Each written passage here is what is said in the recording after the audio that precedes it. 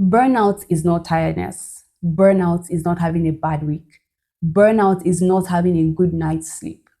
Burnout is when workplace stress begins to manifest with physical and psychological breakdown. It is that kind of stress that is sustained for months and years without adequate recovery. We're talking about persistent exhaustion that sleep does not fix. We're talking about an emotional detachment from work and colleagues, reduced cognitive function that affects memory, your ability to remember things, affects your ability to make right decisions, it affects concentration. You begin to find it difficult concentrating at work. And in serious cases, it leads to depression, anxiety disorders, cardiovascular impacts, and an immune system imbalance.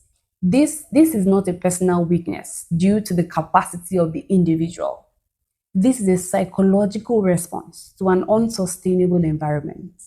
And here is what makes it particularly relevant to this conversation.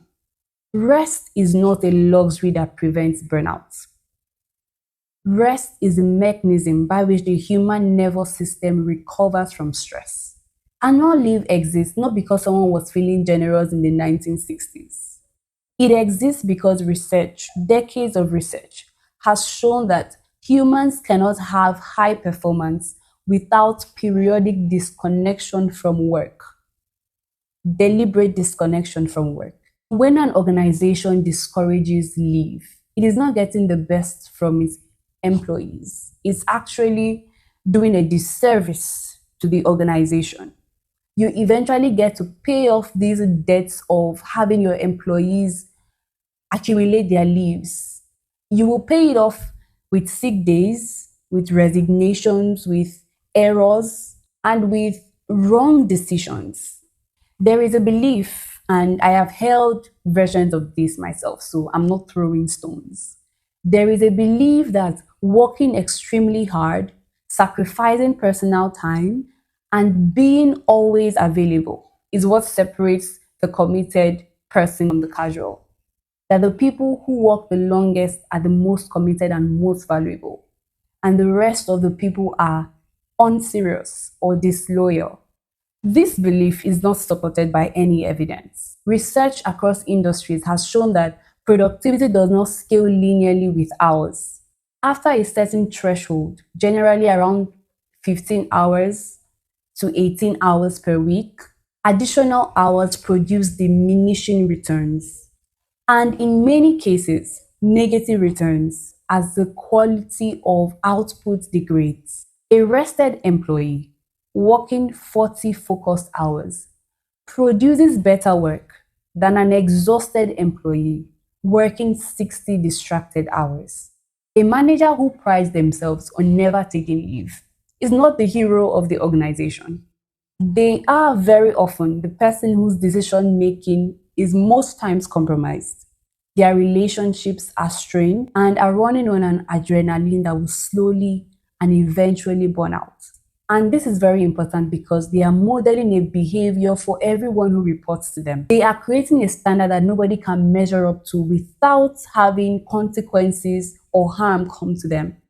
I must confess that the most effective leaders I have seen are people that take their leave. They take their leaves fully and they come back sharper, more present, more creative, more focused, more dogged and ready to do the work. And they also give their teams explicit permission to do the same because a leader who rests gives their people the permission to rest. Just like the saying, you can't give what you don't have. So for employees, here is how to actually take your leave with practical steps. Number one, put it in writing. Always request your leave in writing. Every leave request, no matter how small, in an email, in a formal letter, or a leave request system, creates a record. If it is denied, the denial is also in writing because paper trails matter when dispute arises. Know your entitlement exactly.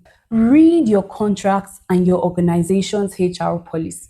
Know the number of days when they accrue, whether they roll over, and what happens if they roll over. This knowledge is professionalism and it saves you, it helps you.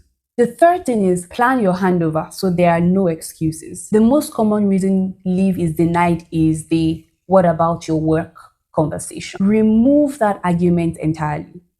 A comprehensive, organized document sent to your manager ahead of time removes that obstacle or that conversation conveniently. The final thing is when you're on leave, be on leave. I know this is radical to an extent, but it is not. The moment you respond to one WhatsApp message on day one, you will respond to all WhatsApp messages on day two, day three, day four, and day five, because you have taught your manager that you are reachable. And this behavior will continue. But there is a caveat to it. There are emergencies that come up. If there is a genuine emergency that requires your absolute attention, please, by all means, respond to messages. If you need to show up in the office because of that emergency, do that. But be honest with your leave because you have earned it. This conversation cannot be balanced if we do not talk about organizations. So if you're in HR or leadership, this is what a leave culture practically should look like. Not in theory, not in a policy document, but in the lived day-to-day of your organization. The first thing, leadership takes their leave visibly and completely. If the CEO has not taken a leave in 3 years, no junior employee believes they are actually allowed to take a leave. The most powerful thing a leader can do for their employees or subordinates is to actually take their leave, tell people they are doing it, and then come back without an apology. Leave planning is built into project cycles. If every project is planned as though every member of the team will be available for the 12 months in a year, then this makes the leave process structurally impossible. Mature organizations build resource plans that account for leave, public holidays, and basic human emergencies. Third thing is there is no celebration of never taking leave. This one is subtle, but it is very significant. Every time a manager says, "I have never taken a leave in 2 years," with pride, and no one pushes back, that becomes the standard. It quietly, consistently normalizes across the organization. Celebrate outputs and not hours. Celebrate people for the quality of their work, not the quantity of the hours that they have put in. Celebrate people for the quality of the work, not the quantity of their sacrifice.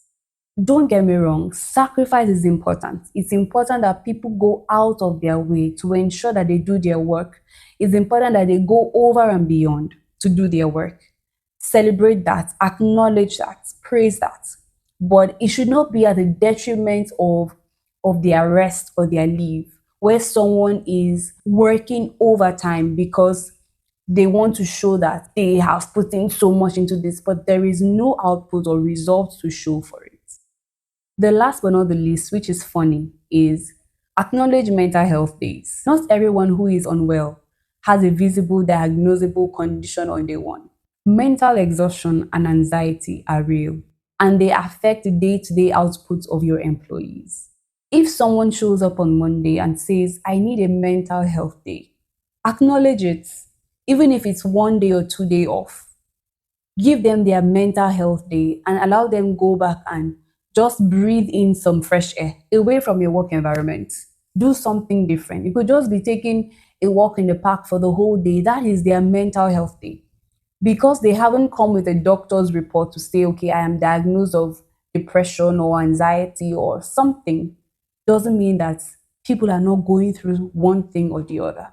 So, here is what I want you to hold from today. Rest is not the opposite of productivity. Rest is what makes productivity possible. I'm making this video and presently I am on leave from my office. And I have to commend my manager, my lead. Since I have left, I have not been messaged for anything. I have not, been called upon for anything.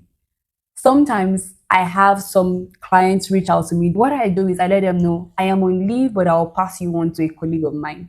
And that's what I do. So it's very funny that I'm making this video right now when I am on leave. And like I said, rest is not the opposite of productivity. Rest is what makes productivity possible. I'm going to resume back at work in a few days' time. And my resuming back at work, I'm pumped. Yeah, My mind is clear. I feel refreshed. I feel like I can go back and achieve so much. I can hit the ground running again. Also, leave is not something you earn by suffering enough first. It is a legal right, a human need. It is a basic component of a functional employment relationship. And the culture that has convinced workplaces or management that taking leave is somehow a character flaw. That culture is not building strong organizations. It is slowly hollowing them out, one burnt out employee after the other. You are not a machine. You are not here to be optimized. You are a human being who works, and working human beings need rest. Book the leave, take the leave, come back a better version of yourself for your organization, and most importantly, for you. If you found this video interesting, I know you found this video interesting, so subscribe, because next week we're moving on to something more intense. We'll be talking about salary deductions. Yes, I know that is sensitive, but we'll talk about it. And we'll talk about the petty ones, the one that appears on your pay slip that raises more questions than it answers. And if this video got you fired up to actually submit your leave request, please do that and do it today. You have my full support because you deserve that rest, especially if you have done productive work and you need some time to rest. Do it today and rest well. I'll see you next week.